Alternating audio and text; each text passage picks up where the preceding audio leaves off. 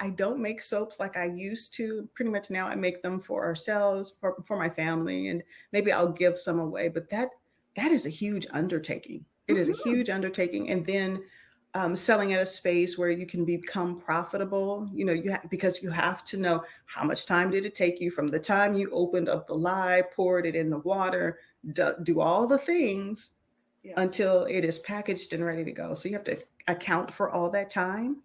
Yep. You have to count for materials, labels that you print out, the string that all of it's a lot.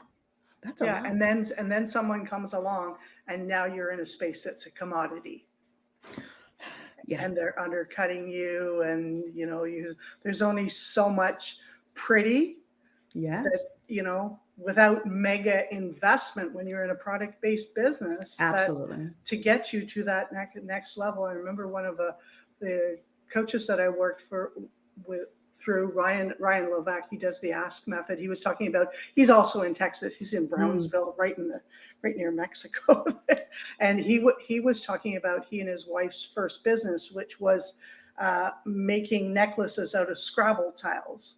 You might remember that. And so they had taken that business to multiple hundreds of thousands, maybe even $1 million in revenue.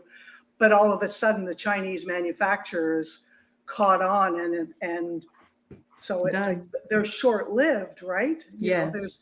We look at the candles that are for sale in just about any of these stores. They're not being Right. produced by the person like yourself who was out, Mhm. personally talking to the cucumbers and then putting everything together to make sure that you Right? had the most magnificent product. They're Mhm. just being slapped out in China or Malaysia or any one of those things. But it's a Right. great experience, right?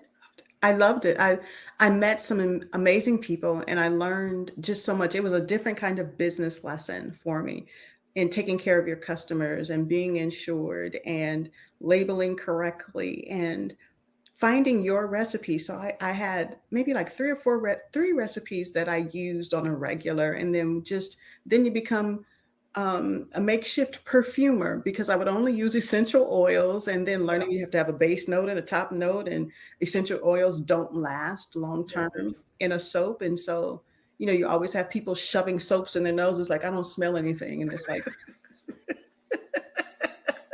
I know it's bananas.